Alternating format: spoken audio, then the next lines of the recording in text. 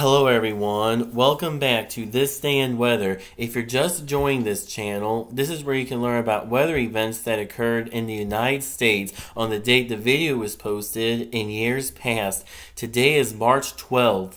On this day in 1920, Percy and Hollandale, Mississippi were affected by an F2 tornado. Around 30 tenant homes were struck on 6 plantations. 5 people were killed in those homes and 30 others were injured. On this day in 1928, the St. Francis Dam near Santa Paula, California burst before midnight. 450 people were killed when 138,000 acres of water were sent down the San Francisco Canyon as a result of the dam breaking. The dam was built between 1924 and 1926 by the Los Angeles Department of Water and Power, then named the Bureau of Water Works and Supply. On this day in 1971, Bowie County, Texas was affected by an F4 tornado that had a path length of 5.1 miles and was 880 yards wide. The tornado traveled from Malta to Daniels Chapel.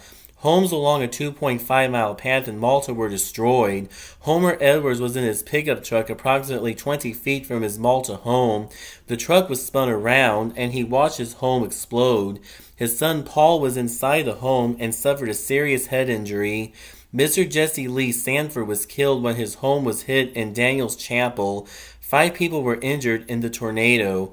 On this day in 1976, a massive tornado outbreak spawned tornadoes in the Great Lakes and Midwest, including 9 in northern Indiana and southern Michigan.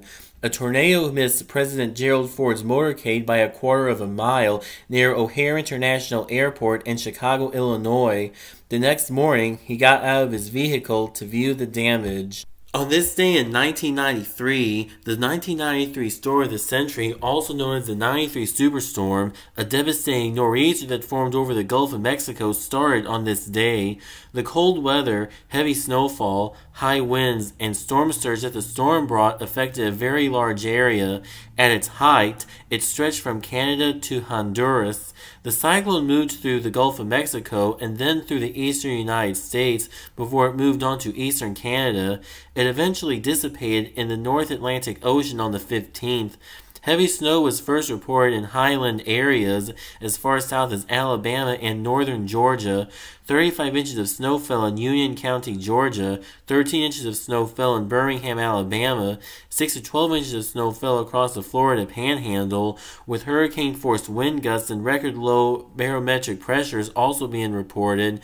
Between Louisiana and Cuba, the hurricane-force winds produced high storm surges across the Big Bend of Florida, which in combination with scattered tornadoes killed dozens of people.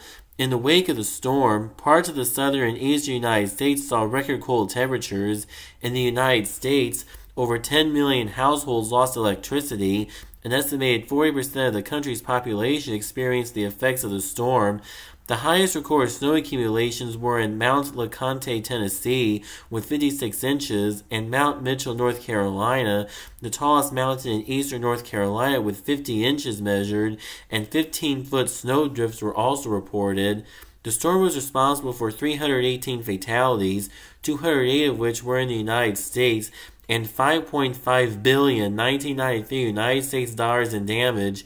In 2025 United States dollars, that would equate to over $12 billion. That will close up this edition of This Day in Weather, but be sure to stay tuned in because whenever there's a new video, you will learn about weather events that occurred in the United States on the date the video was posted in years past. Please hit the thumbs up button to like this video. Please hit the subscribe button to be sure to never miss a new video. If you're just joining this channel, please check out all the other videos I have been posted on this channel. And please check out my Patreon at patreon.com/c/thisdayinweather for more content.